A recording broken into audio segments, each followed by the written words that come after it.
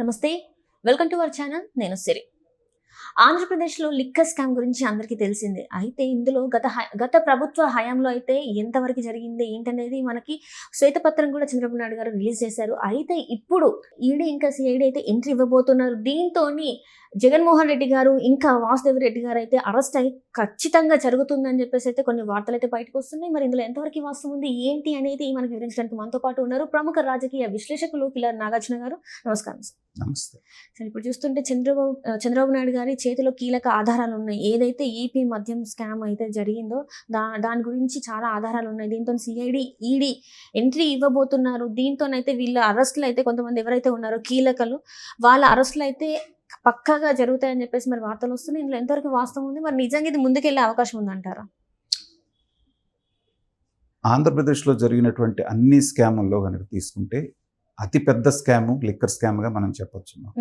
ఎందుకంటే 5 సంవత్సరాల పాటు నిరాఘాటంగా మద్యం వ్యాపారాన్ని మొత్తాన్ని కూడా ప్రభుత్వం తన కంట్రోల్లోకి తీసుకొని తన మనుషుల ద్వారా అమ్మించడం అనేటువంటిది ప్రవేశపెట్టిన రోజునే మద్యపాన నిషేధం ద్వారా వీళ్ళు ఎలా దాన్ని చేయబోతున్నారు అనేటువంటిది కాస్త అవగాహన ఉన్న ఎవరికైనా అర్థమైంది. మద్యపాన నిషేధం పేరు పెట్టి దాన్ని తగ్గిస్తాము, దాని వాడకం తగ్గించేటువంటి నెపంతో 60 రూపాయలు ఉన్న క్వార్టర్ బాటిల్ని 200 రూపాయలు చేసి డిజిటల్ పేమెంట్స్ అలౌ చేయకపోవటం అనేటువంటిదే దాంట్లో ఉన్నటువంటి స్కామ్ని మనకి మామూలు జనరల్ నాలెడ్జ్ ఉన్నాళ్ళు కూడా అర్థమైపోతుంది. ఏంటంటే లెక్క డొక్క ఏం ఉండదు. మనం క్యాష్ రూపంలో తీసుకుంటే ఎంత స్టాక్ వచ్చిందనేది తెలియదు, సెకండ్స్లో ఎంత అమ్ముతున్నారో తెలియదు, ఎంత కలెక్షన్ వచ్చిందో తెలియదు, ఎక్కడ పోయిందో తెలియదు. ఇది వాళ్ళ ఉద్దేశం. దాన్ని 4 సంవత్సరాల 10 నెలల పాటు వాళ్ళు సక్సెస్ఫుల్గా అదే ఫార్ములాలో రిలీజ్ చేశారు. ఆ తర్వాత ఢిల్లీలో జరిగినటువంటి లిక్కర్ స్కామ్ అనేది కేవలం 100 కోట్ల రూపాయల స్కామ్. దానికే ఆ రాష్ట్ర ముఖ్యమంత్రి, ఆ రాష్ట్ర ఉప ముఖ్యమంత్రి, మన తెలంగాణ కేసీఆర్ గారి కూతురు కవిత గారు, ఇంకా బోల్డ్ మంది ఇప్పటికి కూడా లోపల ఉన్నారు ఏళ్ల తరబడి. సో దానికి 10 రెట్లు అంతకంటే ఎక్కువ ఇది జరుగుతుంది. 1,00,000 కోట్ల లేకపోతే 50,000 కోట్ల, ఎన్నో వేల కోట్లే. మరి అలాంటి స్కామ్ జరిగినప్పుడు ఈడీ అనేటువంటిది ఇమ్మీడియట్గా దీంట్లోకి ఎంటర్ అవ్వాల్సినటువంటి అవసరం ఉంది. ఎందుకంటే నగదు రూపంలో వసూలు చేసినటువంటి డబ్బుని ఎటో ఒకటి రూటింగ్ చేసి ఉంటేనే, దాని మనీ లాండరింగ్ జరిగి ఉంటే మాత్రమే అంత డబ్బుని వాళ్ళు మార్చగలుగుతారు. కాబట్టి ఖచ్చితంగా దాన్ని నిగ్గుదేల్చాల్సినటువంటి బాధ్యత రాష్ట్ర ప్రభుత్వం మీద ఉన్నది. దానికి ఎవరైతే కింగ్ పిన్ ఉన్నాడో వాసుదేవ్ రెడ్డి అనేటువంటి వ్యక్తి ఇది గమనించే అతను జంప్ అయిపోయాడు. అతని కోసం వేట సాగుతూ ఉంది. సో ఒక్కసారి అతను కనుక దొరికాడు అంటే ఏంటంటే తీగలాగితే డొంకంతా ఎదిరినట్టుగా ఇది నేరుగా జగన్మోహన్ రెడ్డి దగ్గరికి వెళ్ళి ఆగుతుంది. పెద్దిరెడ్డి రామచంద్రారెడ్డి గారి ఎర్రచందనం స్మగ్లింగ్ అయినా, గంజాయి స్మగ్లింగ్ అయినా, లేకపోతే బియ్యం స్మగ్లింగ్ అయినా, లేకపోతే లిక్కర్ స్కామ్ అయినా, ఇవన్నీ కూడా జగన్మోహన్ రెడ్డి గారి కనుసన్నల్లో జరిగినటువంటి స్కామ్లు అనేటువంటిది బహిరంగ రహస్యం. ఆయన ఆశీర్వాదం లేకుండా ఇంతింత దందాలు చేసేటువంటి ధైర్యం ఎవరికీ లేదు.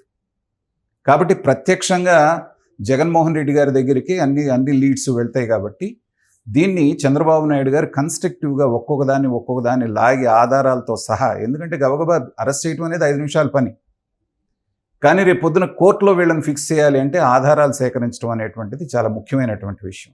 జగన్మోహన్ రెడ్డి గారు గతంలో తనంటే పడనటువంటి అందరినీ అరెస్ట్ చేయించేశాడు.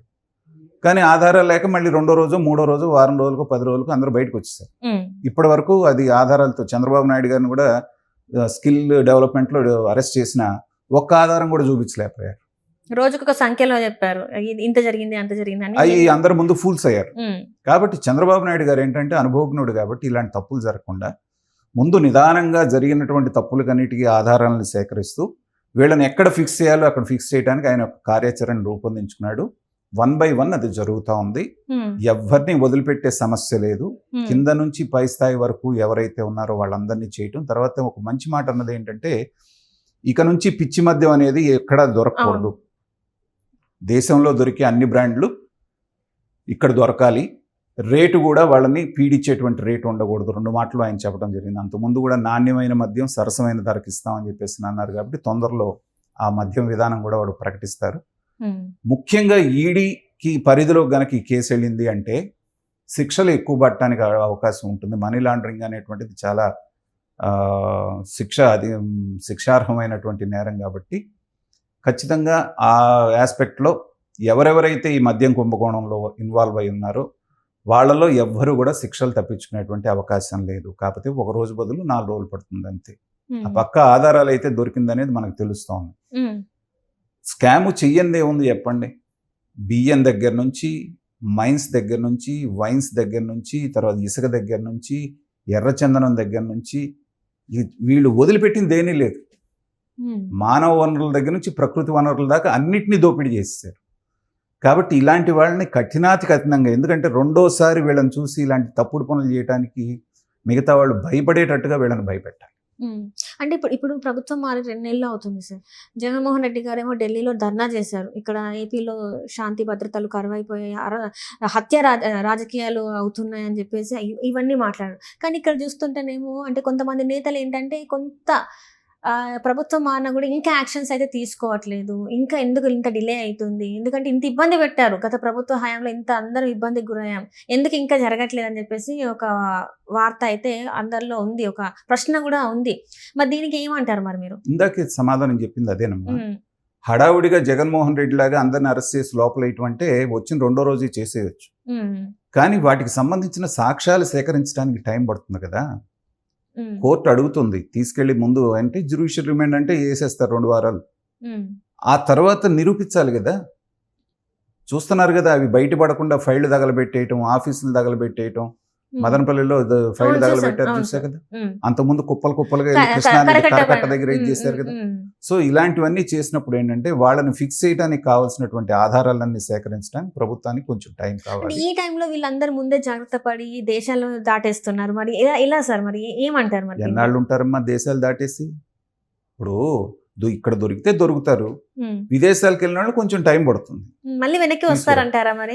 ఎందుకంటే ఆల్రెడీ మనం చూసాం, మన దేశం నుంచి వెళ్ళి ఇక్కడ ఎన్ని రకాలుగా తప్పులు చేసేసి బయట దేశంలో ఇప్పటికీ మనం పట్టుకోలేకపోతున్నాం. సో ఇలాంటి వాళ్ళు వీళ్ళు ఆల్రెడీ ఫుల్ ప్లాన్ గా ఉంటారు.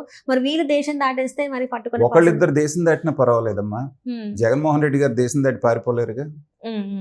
ఆయన కూడా పారిపోయారు అనుకోండి, అప్పుడు చూద్దాం. పారిపోయే అవకాశాలు ఉన్నాయంటారా లేరంటారా? ఏమో అంటున్నారు, ఇప్పుడు ఏదో మళ్ళీ లండన్కి వెళ్ళడానికి పాస్పోర్ట్లు ఏవో ఇది చేసుకుంటున్నారు అంటున్నారు. అంతకుముందంటే చీఫ్ మినిస్టర్ కాబట్టి ఖచ్చితంగా రావాల్సి వచ్చింది.